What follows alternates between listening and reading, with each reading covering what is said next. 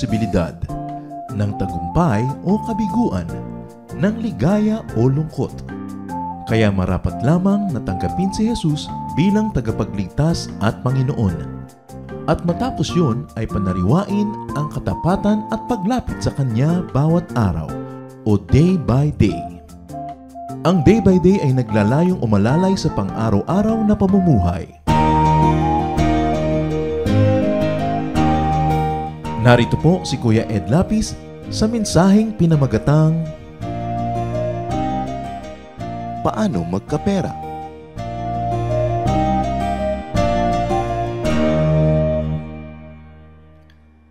Lagi nalang problema ng maraming tao, walang pera o kulang ang pera.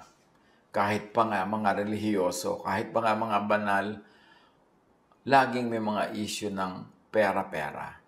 Ang pag-aaral natin ngayon, paano magkakaroon ng kapayapaan dahil meron namang sapat, halimbawa, na mga pangtusto sa pangangailangan.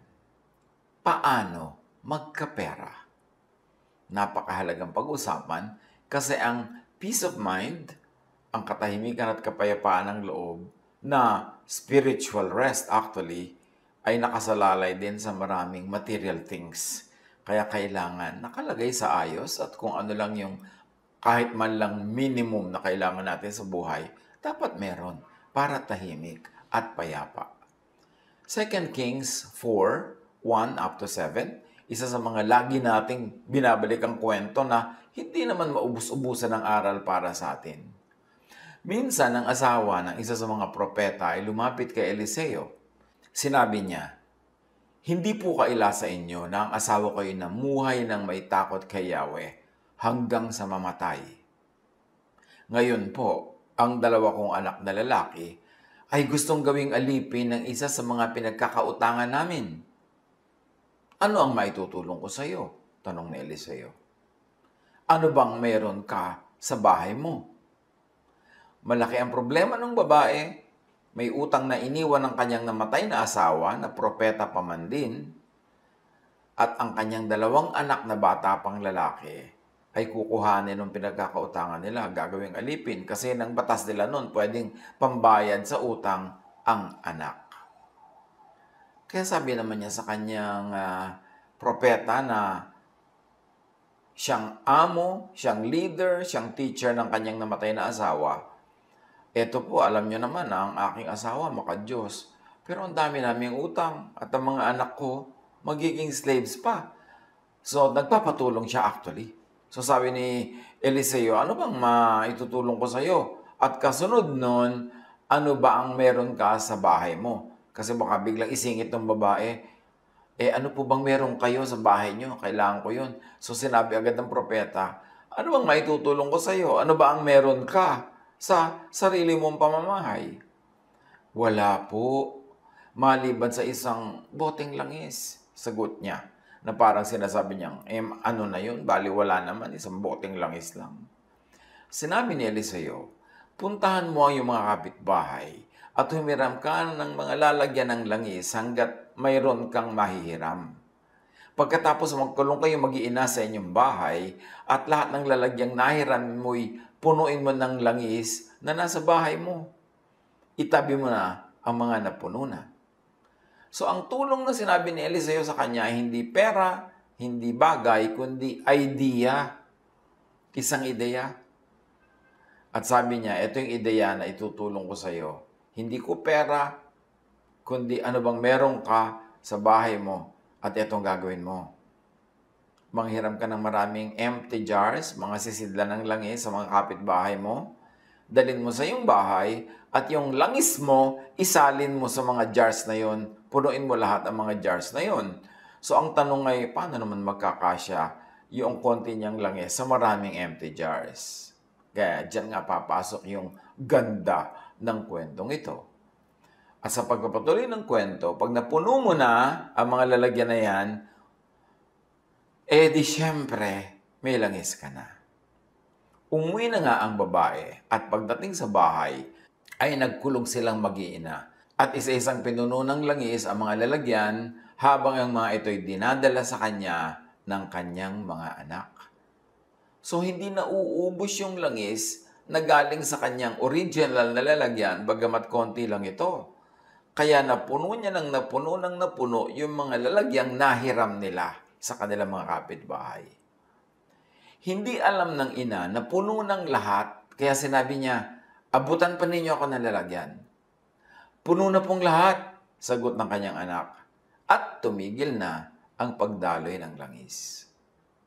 So, ang dami na nila ngayong langis. Punong-puno ang lahat ng lalagyang hiniram nila sa mga kapitbahay. Pumunta siya kay Eliseo, ang lingkod ng Diyos, at isinalaysay ang nangyari. Sinabi ni Eliseo sa babae, ipagbili mo ang langis at bayaran mo ang iyong mga utang. Ang matitira ay gamitin ninyong mag-iina. So magkakapera na sila kasi mahal ang olive oil. Yan ay gamot, yan ay pagkain, yan ay ginagamit sa pag-anoint, at yan ay disinfectant, lahat na. Nagagamit nilang mabuti yan, parang langis ng nyug natin. At sabi niya, ang dami na po naming oil, ano na magagawin namin? Sabi ng prophet, ibenta mo. At yung pinagbilhan, bayaran mo lahat ang mga utang nyo at sobra pa yon, meron pa kayong itatabi, meron pa kayong itatago. So the wife of a man from the company of the prophets cried out to Elisha, your servant, my husband, is dead. And you know that he revered the Lord, but now his creditor is coming to take my 2 boys as his slaves. So the death of a family member, especially the death of a breadwinner, could be a financial blow to a family or to a dependent. Pag may namatay, financial problem usually ang kasama niyan. Lalo't lalo kung yung sumakabilang buhay ay siyang inaasahan, sinasandalan, kinakapitan ng mga naulila. May lesson agad sa atin yan. Do your best to not depend on someone else, on only one person or a supporter. Hanggat kaya, habang kaya, huwag umasa sa iba. Kahit yung iba na yon ay tatay, nanay, kapatid, anak, asawa, pinsan, kaibigan, do your best to earn your own money. Do your best to have your own trade para hindi ka aasa dahil pag namatay siya, paano ka ngayon? Lalong-lalo kung wala naman kayong mga insurance, wala kayong mga kabuhayan, paano na ako nakaasa ka lang? Nakakapagtaka yung marami, tahimik na tahimik ang buhay nilang umaasa lang sa isang tao naghahanap buhay. Hindi ba lang nila iisip, paano pag biglang kinuha ng mga anghel tong aking inaasahan? Anong kakainin ko? Huwag umasa hanggat pwede. 1 Thessalonians 4:11-12. Make it your own ambition to lead a quiet life. You should mind your own business and work with your hands, just as we told you, so that your daily life may win the respect of outsiders and so that you will not be dependent on anybody. Isang mahalaga na spiritual teaching yan, not to be dependent needlessly. Unless you're too young, too old, or too sick, or you are nag-aaral, o kaya ay meron kang hinihanda, kailangan self-supporting ka para mas secure ka. Do your best to be a more than one income household. Tulad ng buong pamilya na ito, isa lang pinagkakakitaan ng inaasahan, yung kita nung kanilang tatay or husband na prophet. At marami mga pamilya, one income household. Isa lang ang kumikita, lahat gumagastos. Kaya hindi sapat ang kinikita, kaya nabubuhay sila sa hirap, sa kakapusan, sa laging kulang. E paano kung yung kaisa-isang yun ay nagkasakit o nabawian ng buhay? Ecclesiastes 11:1-2. Ship your grain across the sea. After many days, you may receive a return. Invest in 7 ventures, yes, in 8. You do not know what disaster may come upon the land. So even though sa pag-i-invest, kailangan may konting diversification. Do not put all of your eggs in one basket. Kung ikaw daw ay magsasakay ng iyong mga trigo at mga paninda sa isang barko, merong tubo ka pagbalik niyan, pero invest ka, mamuhunan ka sa 7, kahit hanggang 8 iba't ibang hanap buhay. Kasi hindi mo daw sigurado kung alin dyan ang aasenso, alin ang lulubog, kasi hindi mo alam kung anong uri ng mga dilubyo ang pwedeng mangyari sa buhay. So, huwag laging aasa sa isa lang na income. Maganda yung iba-ibang members ng family, iba-ibang hanap buhay, hindi puro pare-pareho ng profesyon. Kasi yung profesyon na yun, pagka inabutan ng isang dilubyo, kahit malang seasonal, edi lahat sila ngayon nakatunganga. Kailangan may diversification, iba-iba, hindi lahat iisa lang ang ginagawa. At kung nangangailangan tayo, may lesson agad yung kwento, seek help from a righteous person. Doon siya nagtanong sa propeta, hindi siya pumunta sa nagpa 5-6, sa sobrang nagpapautang, hindi siya nagpunta sa pwede silang magipit dahil lalo silang lulubog. Seek help from someone who will lead you to look into your own resources and to help yourself. Kaya sabi ng propeta, what do you have in your house? Hindi sinabi ng propetang, may kamag-anak ka bang may pera? Utangan mo. May kapitbahay ka bang may pera? Yun ang lapitan mo. No, ang sabi ng propeta, anong meron ka?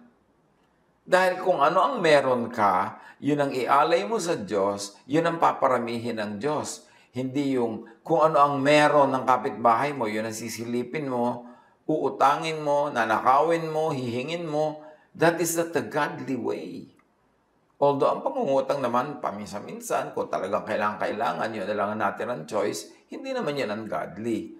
Pero kung habit mo na mangutang, lagi ka na lang nangungutang, kahit birthday, maghahanda ka, mangungutang, kahit magbabiyahe ng hindi kailangan, mangungutang ka, yun naman ang parang dapat na nating i-review kung tama yan o hindi. Kasi lulubog ang buhay mo kung pati yung pagpapasarap, uutangin mo. Dapat ang inuutang lang yung talagang pagkain, panggamot, o patawid buhay, o pangpuhunan. Dahil babalik naman yun pagka kumita ka. Kung kikita.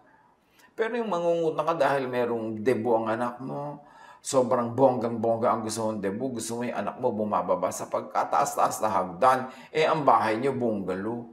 Yung marami tayong mga gustong gawin sa buhay na hindi bagay sa ating kalagayan at that time. So, dapat lumagay sa lugar para hindi tayo malagay sa alanganin.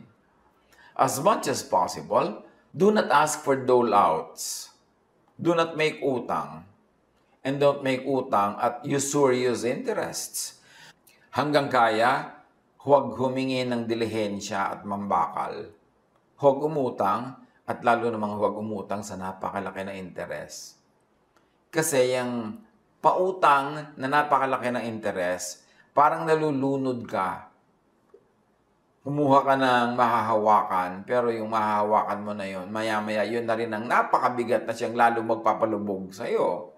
Acts 20:35, you yourselves know that these hands of mine have supplied my own needs and the needs of my companions. Sabi ni Paul, marunong ako maghanap buhay, hindi ako umasa sa iba. Gumawa ako ng paraan. At pati mga kasama ko, hindi ko iniasa sa inyo. Ako rin na naghanap buhay para sa kanila. Hindi ako humihingi, ako pa yung nagbibigay. Sabi na doon si Paul. 1 Corinthians 4:12, we work hard with our own hands. Kailangan hindi hands ng iba yung nagwo-work for you unless empleyado mo sila at sinusweldohan o may sakit ka at inaalagaan ka nila. Habakkuk 2:7, will not your creditors suddenly arise? Will they not wake up and make you tremble? Then you will become their prey. Nakakatakot daw yung pinagkakautangan dahil maya-maya, ikaw na ang kanilang nilalapa at wala kang kalaban-laban, wala kang magagawa kasi lubog ka sa utang. Sa pangungutang, lulutang ka lang sandali, pero mabigat ang dala at malamang lalo lang lulubog. Huwag pag-utang agad ang solusyon. Sabi ng matatanda, habang maikli ang kumot, matutong mamaluktot. Maliit yung kumot mo, 1 square meter lang, edi mamaluktot ka para kasya ka sa loob. Hindi yung manghihiram ka, mangungutang ka ng kumot ng iba para buong luwag kang nakahuyaya at nakatihaya na nag-iinat ka pa sa loob ng kumot na hiram at utang.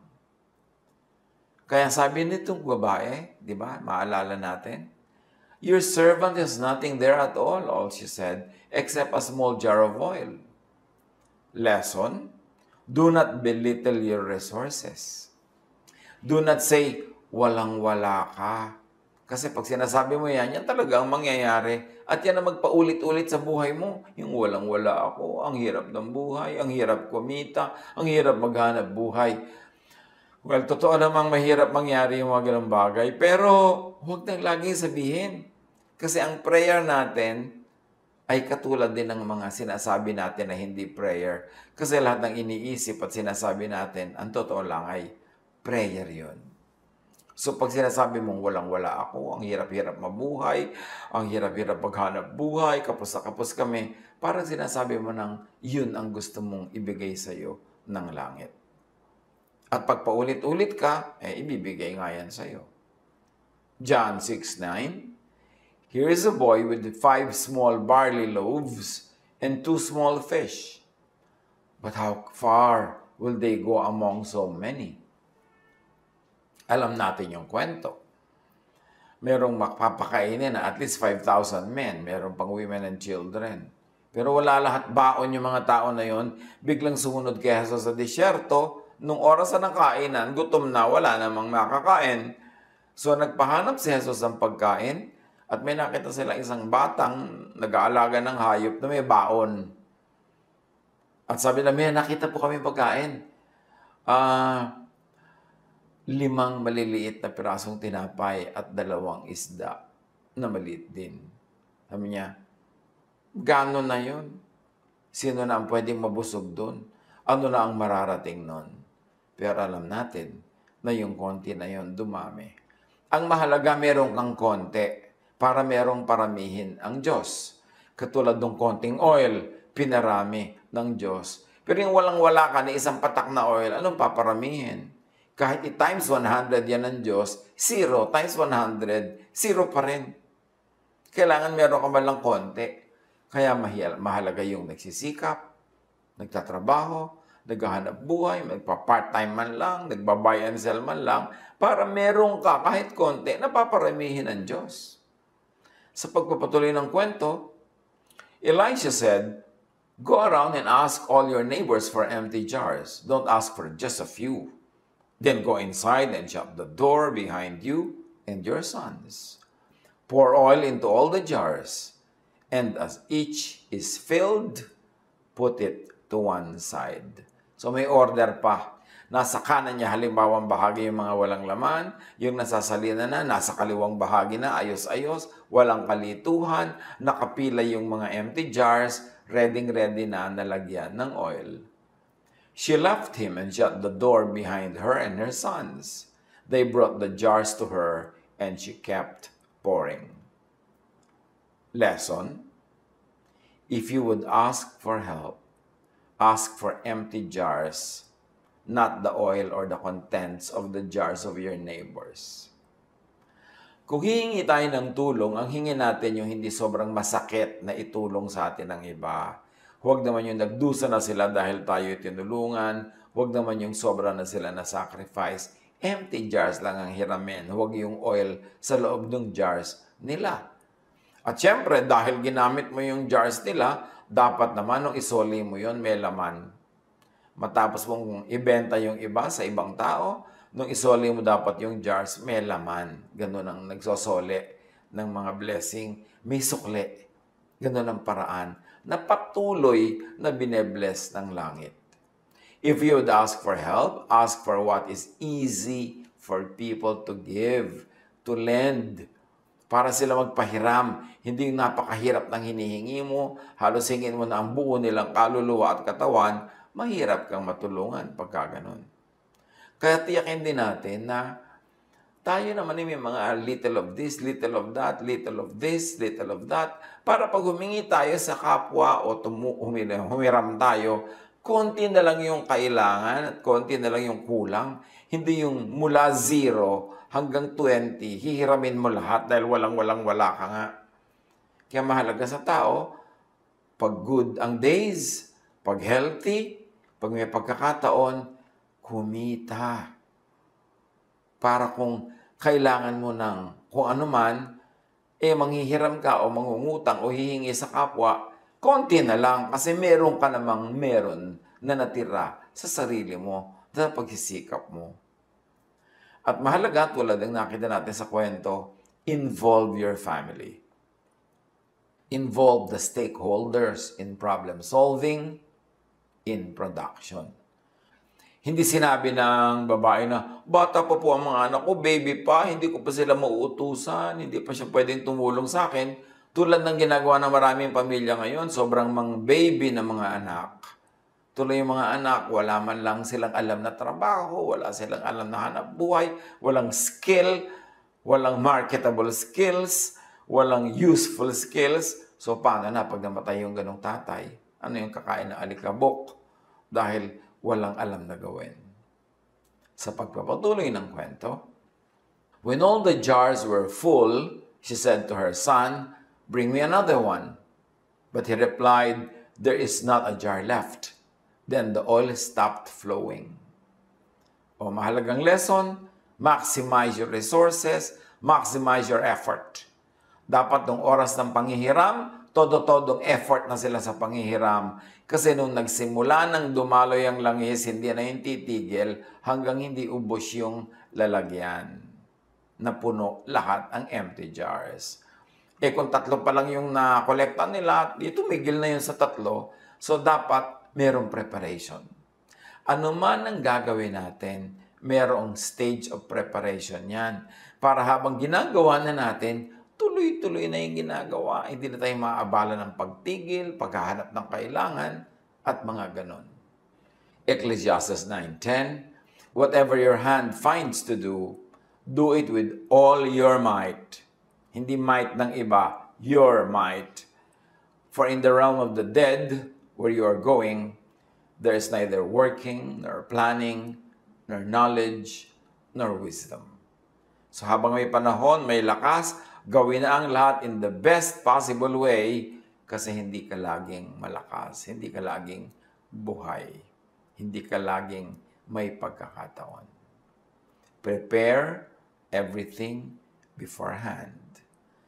Be organized to maximize fruitfulness. Proverbs 24:27, put your outdoor work in order and get your fields ready. After that, build your house. So huwag mong unahin yung pagpapagawa ng bahay. Unahin mo muna yung hanap buhay. Marami sa ating mga kababayan nagkaroon na ng pagkakataon, nagkaroon na ng trabaho abroad, nagkaroon na ng kita. Pag nagkaroon ng pera, ang uunahin agad, magkabahay, magkakotse, magkagamit. Lahat yun expense. Tapos mamaya, wala na uli silang trabaho abroad, wala na namang hanap buhay, walang negosyo, o nabebenta lang yung bahay, nasa sanglay ang alahas, nabebenta yung kotse. Ang dapat unahin, pag may pera, hindi consumption, gawin itong puhunan para sa production. Para pag nagsisimula ng umadaring production mo, yung pera mo gugulong na ng gugulong, gumagawa ng tubo habang umaandar, ang gastusin mo yung tubo, huwag mong gastusin yung puhunan. Nagkaroon ka ng tindahan, ang gagastusin mo lang sa personal na gastos, yung tubo, hindi yung buong benta maghapon. Kasi mamamalengke ka kinabukasan, pampalit sa mga nabenta mo mga paninda, ginastos mo na, di wala ka ng pambili ng tinda. Mauubos ang tinda mo, palit ng benta mo, hanggang magsara ang tindahan. Dapat discipline. And we should take note. God gives and sets limits. Tulad nun, nagbigay ang Panginoon ng pagkakataon na sila ay magkaroon maraming oil, pero may limit na ibinigay ang Diyos, yung dami ng mahihiram nilang empty jars. Kung maraming jars, maraming oil. Kung konti lang ang jars, konti lang ang oil. Kaya mahalaga yung preparation nila ng hiram ng hiram bago nagsimulang magbuhos, magsalin. Ecclesiastes 4:8, there was a man all alone. He had neither son nor brother. There was no end to his toil, yet his eyes were not content with his wealth. For whom am I toiling, he asked, and why am I depriving myself of enjoyment? This too is meaningless, a miserable business. So dapat ang pagsisikap din ng tao may hangganan. Kahit na kumikita ka ng marami, may hangganan din yan para ma-enjoy mo naman yung kinita mo. Hindi hanggang mamatay ka na, hindi ka na tumigil kakikita, hindi mo na-enjoy ang kinita mo. So meron ka rin dapat limit sa pagtatrabaho, limit sa extent, sa length, sa depth ng work para may time ka to enjoy the fruit of your work. Numbers 8:25-26.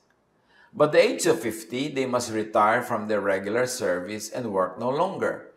They may assist their brothers in performing their duties at the tent of meeting, but they themselves must not do the work.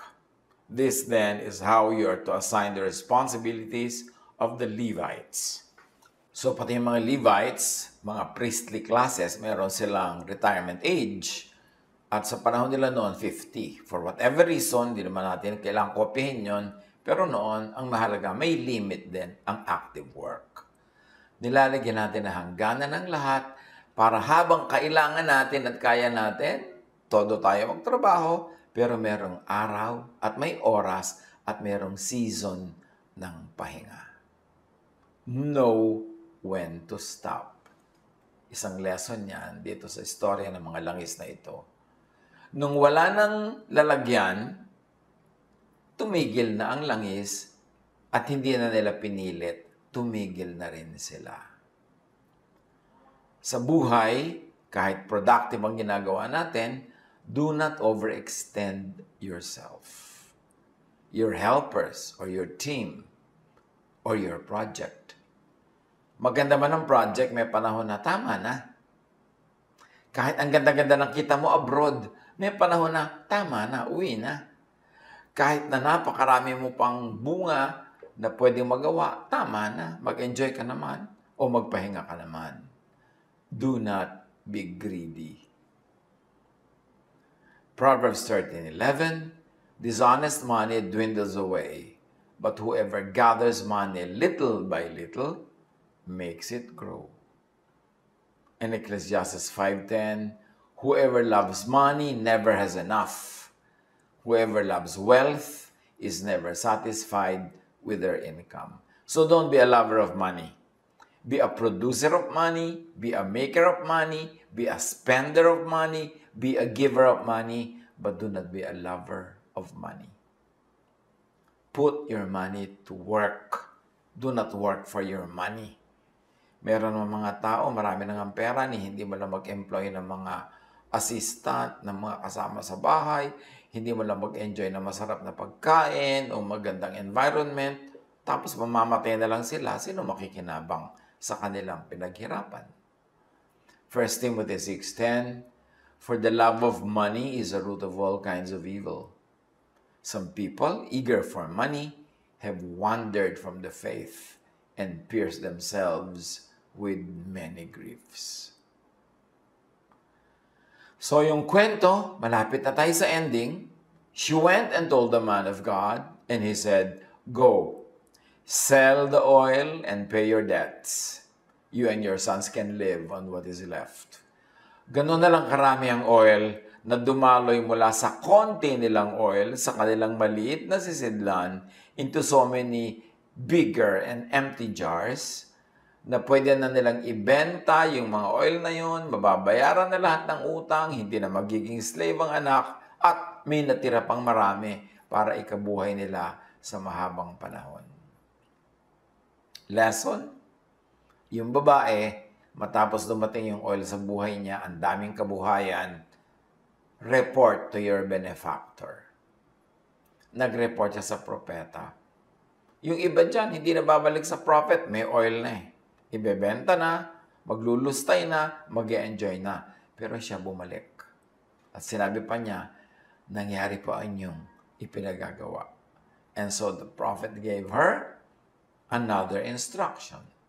Sell, pay, and then keep the rest. So, report to your benefactor. Kung ano mang benefactor yan, sino man siya, lagi kayo mag-report. Ikwento nyo nangyayari sa buhay nyo. Meron dyan, mangungutang sila ng puhunan. Pero pag nabigyan mo na at napautang mo na at kumikita na, hindi mo na mabalitaan. Wala nang kakwento-kwento. Mababalitaan mo na lang yan. Pagka nalugi na uli, gutom na naman, wala na naman pera, yun, babalikan ka. Huwag kayong babalik lang sa taong tumutulong sa inyo tuwing nangangailangan kayo.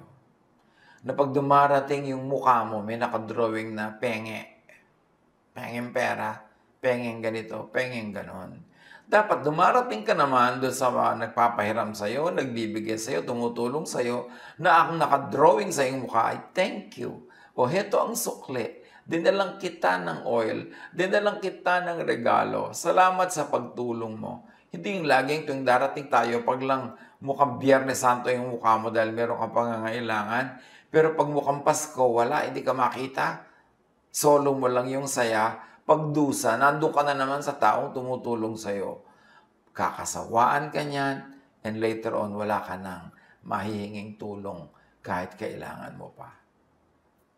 So, report to your benefactor, thank your benefactor, and then seek more and seek updated guidance from an effective mentor. Pagka na-bless na tayo, lalo tayong humanap ng magandang payo. Pag hindi tayo blessed, pag kulang ang blessing, kailangan natin ng magandang payo. Pero pag maganda na ang nangyayari sa buhay natin, mas kailangan natin ng matinong payo kasi pwedeng-pwede tayong malasing at malito. Isaiah 55:2, why spend money on what is not bread, and your labor on what does not satisfy? Listen to me, and eat what is good, and you will delight in the richest of fare. Huwag daw magsayang ng pera sa hindi naman nakakapakinabangan talaga, sa hindi magandang paglagyan ng pera. Huwag magsayang ng pagod sa hindi naman nagbibigay ng tunay na kasiyahan. Makinig para mag-enjoy sa blessings. Tanong ng marami, araw-araw, lagi-lagi, paano magkapera? Hanggang kaya, huwag manghingi. Proverbs 12:11, those who work their land will have abundant food, but those who chase fantasies have no sense. So magtrabaho. Proverbs 14:23, all hard work brings a profit, but mere talk leads only to poverty. Kailangan magtrabaho, magsikap, may diskarte, may talent, may prayer para tayo ay magkaroon ng kailangan natin sa buhay. Paano magkapera? Huwag manghingi, huwag mangutang hanggang kaya. Ang pangutang, ang pag-uutang ay dapat last resort. Huli mo na yun na attempt. Dapat iba muna. Proverbs 22:7, the rich rule over the poor, and the borrower is slave to the lender. Para daw alipin na nagpapautang ang nangungutang. So, sikapin natin huwag magkautang para wala tayong amo. At syempre, huwag magnakaw. Produce money. Produce something, produce service that you can sell. Yan lang naman how to have money. Produce a product or a service that you can sell. Monetize your skills. Pagkaperahan ng galing na ibinigay sa iyo ng Diyos. Ano man yan, galing magluto, galing magkulot, galing magbasahe, galing maggawa ng bahay, galing magtabas ng damo, galing na mag-design ng mga gadgets, manahi. Ano man yan, bigayan ng Diyos, yan ang gusto ng Diyos na gamitin mo para pagkakitaan. Huwag mong pagkakitaan yung galing ng iba kasi may ibinigay ang Diyos na galing sa bawat isa. Matthew 25:27. Well then, sabi noong master sa kanyang servant na hindi ininvest yung perang ipinagkatiwala sa kanya. You should have at least put my money on deposit with the bankers so that when I returned, I would have received it back with interest. Dapat yung binibigay sa atin, lumalago, nai-invest, o kaya kumikita man lang ng interest kung nasa bangko. Pero huwag sayangin, huwag ilibing sa lupa, huwag itapon, huwag lustayin. Pag ipinagkatiwala sa atin ng isang puhunan, dapat natin yung palaguin. Proverbs 27:26-27. The lambs will provide you with clothing, and the goats with the price of a field. You will have plenty of goat's milk to feed your family and to nourish your female servants. Yan daw ay kung nag-aalaga ka ng maraming hayop, meron kang gatas nila na makakasalo ka rin at maibebenta mo sila, marami kang papakinabangin. Dapat magtrabaho. Paano magkapera? Magtrabaho. Iwasang mangutang, nalulubog ka sa interes. Habang kaya ng katawan, gumawa ng mapagkakaperahan, mapagkakakitaan. At kahit panahon ng crisis, maraming nagkakaroon ng magandang opportunity. Kasi lahat ng panahon merong unique opportunities. Yung opportunity sa magandang panahon, nawawala yun sa isang very difficult situation, but that difficult situation will offer other types of opportunities. So, paano magkapera? Ulitin natin ang buong kwento o pag-isipan nyo na lang. Reviewin. Lagi tayong magsikap. Laging maraming opportunities. God bless us all.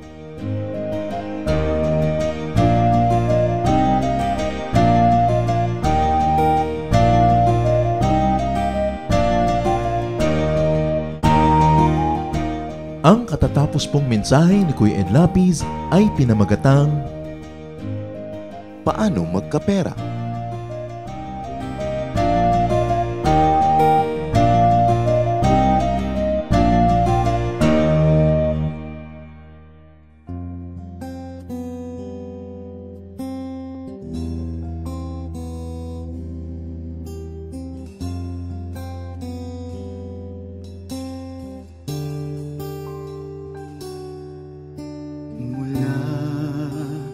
Sa sinapupunan, ako'y iyong kilala.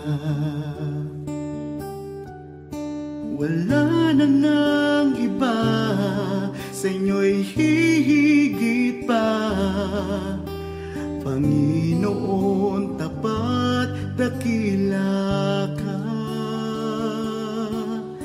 Kayo lang ang pupurihin at siyang tatanghalin, pagkat kay buti-buti niyo sa akin. Ang pag-ibig na sadyang kay ganda, mga pangako niyo'y gabay sa aking daan. Walang makapapantay sa anak ninyong alay. Ang pag-ibig niyo'y sapat kailan pa man.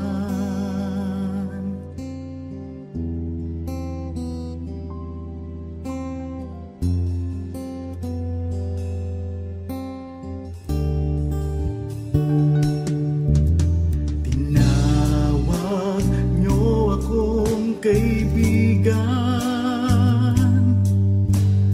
kahit na ako ay pariwara, sagat sa labis ang inyong pagmamahal, sa tupang sa kawan na nawala. Kung aking bawat butil ng buhangin, ang habag niyo'y ganon karami rin.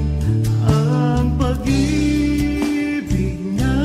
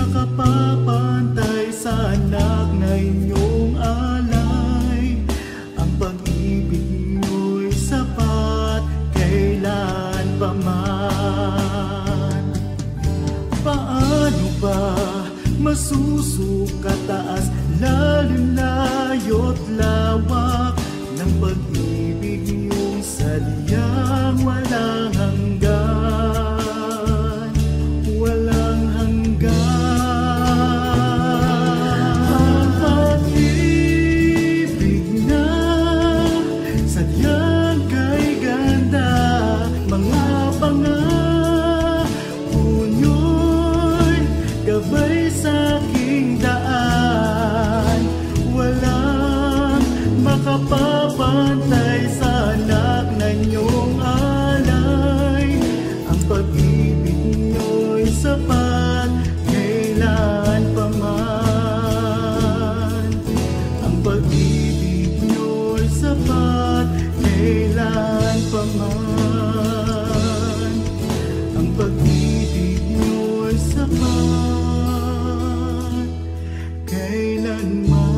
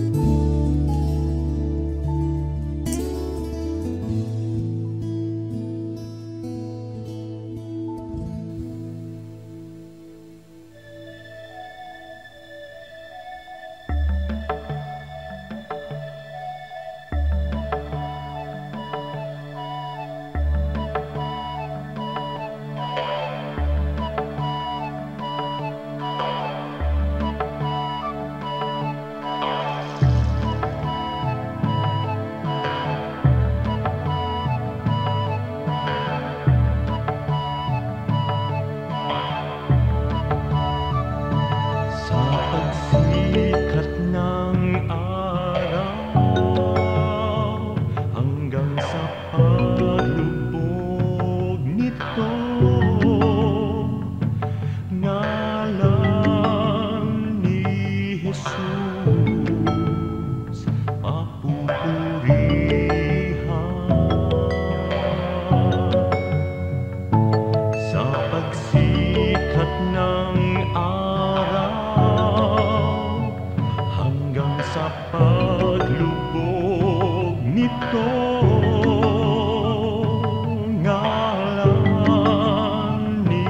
Jesus.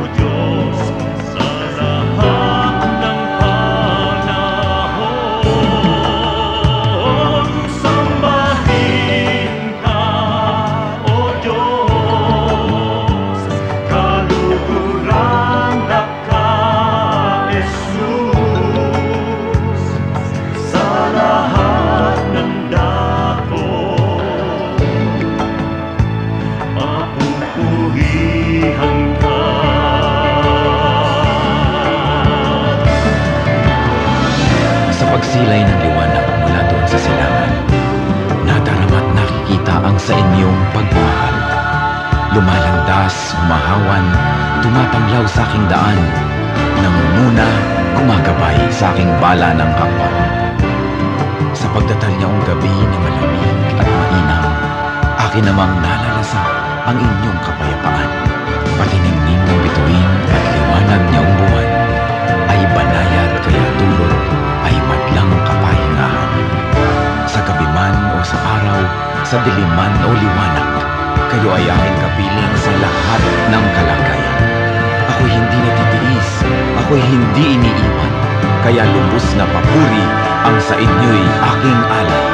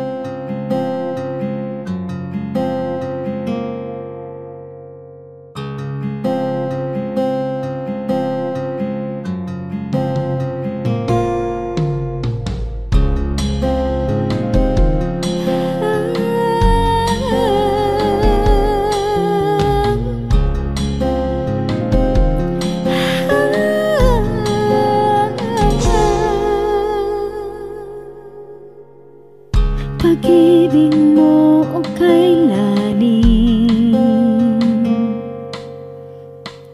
sukat man lumayo'y mahal pa rin. Liparin ko man ang dulong ng langit, sa piling mo pa rin magbabalik.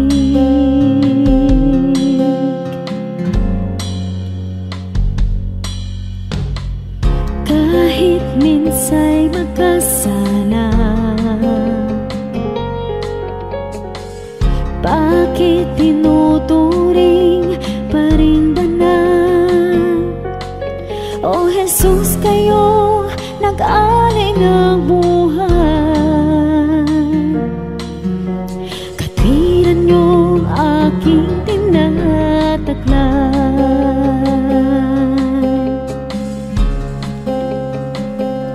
O tanggapin, papuri ay tingin, nagsasabing ikaw aking hari, Diyos na banal, ngana'y tinatanghal. Kabutihan mo sa'kin walang mali. O Diyos, salamat sa pag-ibig. na wagas.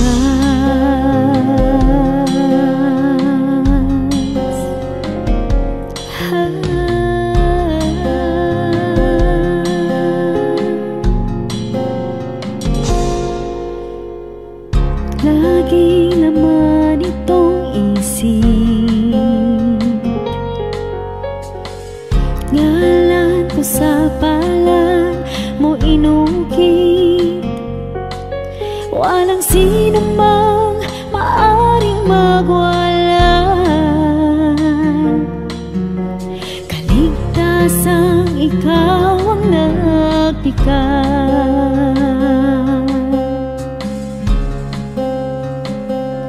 O tanggapin,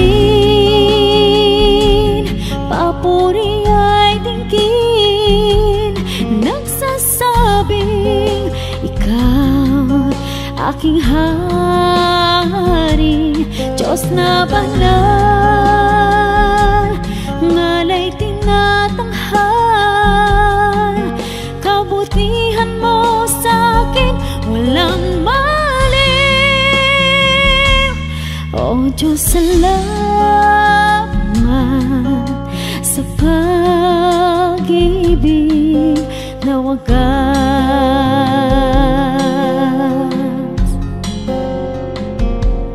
O tanggapin, papuri ay tingin, nagsasabing ikaw aking hari, Diyos na banal, ngalay tinatanghal. Kabutihan mo sa'kin walang mali. O Diyos, salamat sa pag-ibig na wagas.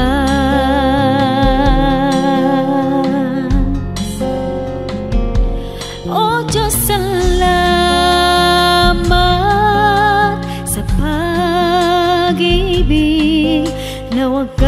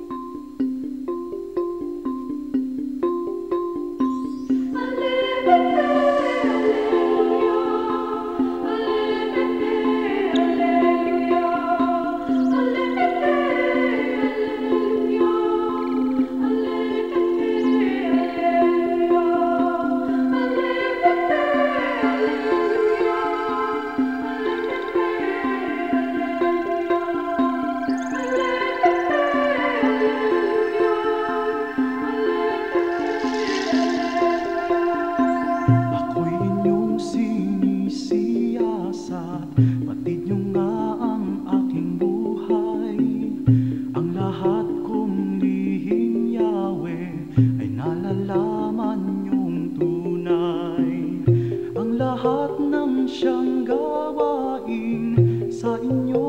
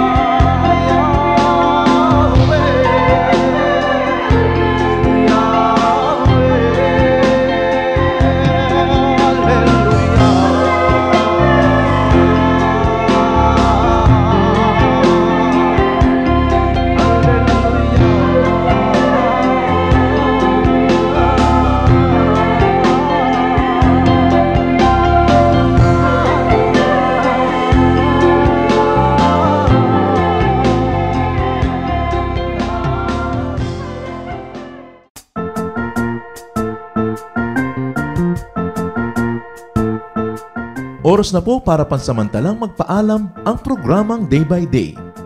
Tayo po'y magsama-sama tuwing ika-6 hanggang ika-7 ng umaga, araw-araw. Magandang umaga po at mabuhay ang Panginoong Hesus!